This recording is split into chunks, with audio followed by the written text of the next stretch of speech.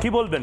আমি এটা বলতে বাধ্য হচ্ছি যে এত কিছু বলার পরেও, এত ফাইল চুরি করার পরেও, এত ধরনের ঘটনা ঘটিয়ে দেওয়ার পরেও তৃণমূল কংগ্রেসকে কেউ যদি টাচ করতে না পারে, তৃণমূল কংগ্রেসের যদি মনে হয় যে আমাদের সাথে কাজ করা হবে, কিচ্ছু করতে পারবে না, তাহলে বাধ্য হচ্ছে এটা বলতে বাংলার সাধারণ মানুষ, বাংলার রাষ্ট্রবাদী মানুষ তারা কিন্তু খুব ধাক্কা খাবে, খুব বড় ধাক্কা খাবে। যে দেখো, মমতা বন্দ্যোপাধ্যায়কে সত্যিই তো কিচ্ছু করা যায় না, উনি আবার হয়তো জিতবেন, বিপুলভাবে জিতে হয়তো একটা দুর্নীতি হবে এবং তারপর বলবেন আমরা সবাই চোর, আমি চোর, মুকুল চোর, পার্থ চোর, ফিরহাদ চোর, সবাই চোর।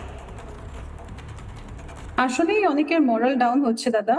আমি একটা দুটো পয়েন্ট বলতে চাই। যেরকম মহামহিম রাষ্ট্রপতি যখন সফরে আসেন তখন তার দুটো প্রোটোকল যতটুকুনি আমার জানা আছে মানা হয়। একটা হচ্ছে তোমার মিনিস্ট্রি অফ হোম অ্যাফেয়ার্স এর warrant of precedence and ceremonial protocol, আর আরেকটি হচ্ছে প্রেসিডেন্টস সেক্রেটারিয়েট ভিজিট গাইডলাইন্স।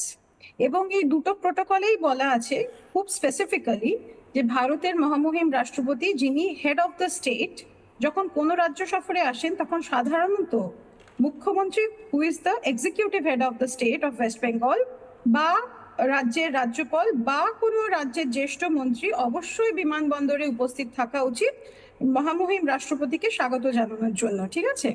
কিন্তু এই জিনিসটা এই ক্ষেত্রে আমরা দেখিনি। তার মানে কি? তার মানে স্টেট অ্যাডমিনিস্ট্রেশন প্রেসিডেন্ট অফিসের সাথে ক্লোজলি কোঅর্ডিনেট করেনি, এক নম্বর। দ্বিতীয় কথা হচ্ছে, আমি মানলাম যে রাজ্য টিএমসি আর কেন্দ্রে বিজেপি এই দুটো বিরোধী পক্ষ, ডেমোক্রেসিতে এমন হতেই পারে, দুটো বিরোধী পক্ষ থাকতেই পারে। কিন্তু এই যে ভারত রাষ্ট্র, যেটা আমার রাষ্ট্র, সেটা পৃথিবীর সব থেকে বৃহত্তম গণতন্ত্র। আর এই রাষ্ট্রের গণতন্ত্র জন্ম হয়েছে যেই রাজ্য থেকে, অর্থাৎ বাংলা, যেই রাজ্য এই ভারতকে স্বাধীনতা দিয়েছে, আজ সেই বাংলায় প্রতিনিয়ত গণতন্ত্রের হত্যা করা হচ্ছে এবং এটা খুব দুঃখজনক। আরেকটা তোমাদেরকে কথা মনে করিয়ে দিই, সেটা হচ্ছে, মনে আছে যখন Shri Ramnath Kovind president of India হয়েছিলেন, তখন উনি প্রথম একটা ভিজিট করেছিলেন কেরালাতে অক্টোবর 2017-তে। এবং যখন তিনি কেরালাতে গিয়েছিলেন, he was officially received by Kerala's governor P Sadasivam and chief minister Pinarayi Vijayan. আমি মানলাম যে রাজ্যপালকে নিয়ে মুখ্যমন্ত্রীর প্রবলেম, মুখ্যমন্ত্রীর ভারতের রাষ্ট্রপতিকে নিয়েও প্রবলেম, মানে এরপরে বলবেন রাষ্ট্রপতির চেয়ারটা কেন আছে? না না, ঝন্টু বড়াই 30 সেকেন্ড।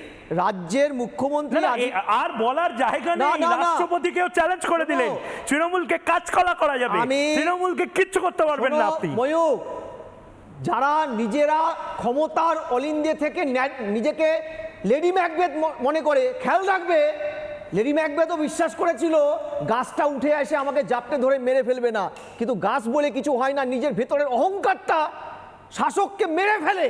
ওই অহমিকায়, যে অহমিকায় তিনি আদিবাসীদের সংস্পর্শ এড়ানোর জন্য হাতে গ্লাভস পরে আদিবাসী প্রেম দেখায়, যেই অহমিকায় 84টা ST/SC বিধানসভায় ভোটে জেতার জন্য আদিবাসীদের পাশেও বসতে দেয় না, কোলে তোলার গল্প শোনায় ভোটের আগে, সেই অহমিকায় তাকে মেরে ফেলবে।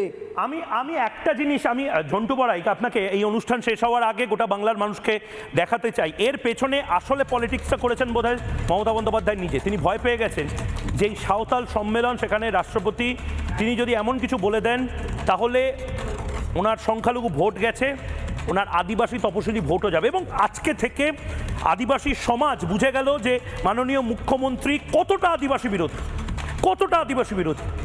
একবার দেখব যে ফাঁসি দেওয়াতে এই বিধানসভা, যেটা এসটি রিজার্ভ বিধানসভা, তার যে বিন্যাসটা, জনবিন্যাসটা, সেটা কীরকম। শিডিউল ট্রাইব, শিডিউল কাস্ট এবং সংখ্যালঘু সম্প্রদায়ের মানুষজন ঠিক কতজন দেখুন এই মুহূর্তে। ফাঁসি দেওয়াতে যেখানে দ্রৌপদী মুর্মুর আসার কথা ছিল এবং মমতা বন্দ্যোপাধ্যায় আসতে দিলেন না, সেখানে তপশিলি সম্প্রদায় মোটামুটি 27%, তপশিলি জাতি 38% এবং মুসলিম সম্প্রদায় 17%। মমতা বন্দ্যোপাধ্যায় ভয় পেয়েছেন মমতা বন্দ্যোপাধ্যায়, এবং সে কারণে যে ম্যাপটা দেখাবো, যেখানে নানা ধরনের কন্টেন্ট দেখার জন্য লাইক করুন, শেয়ার করুন আমাদের ফেসবুক পেজ, সাবস্ক্রাইব করুন আমাদের ইউটিউব চ্যানেল। পাশাপাশি অন্যান্য ব্রেকিং নিউজের জন্য অবশ্যই চোখ রাখুন রিপাবলিক বাংলায়।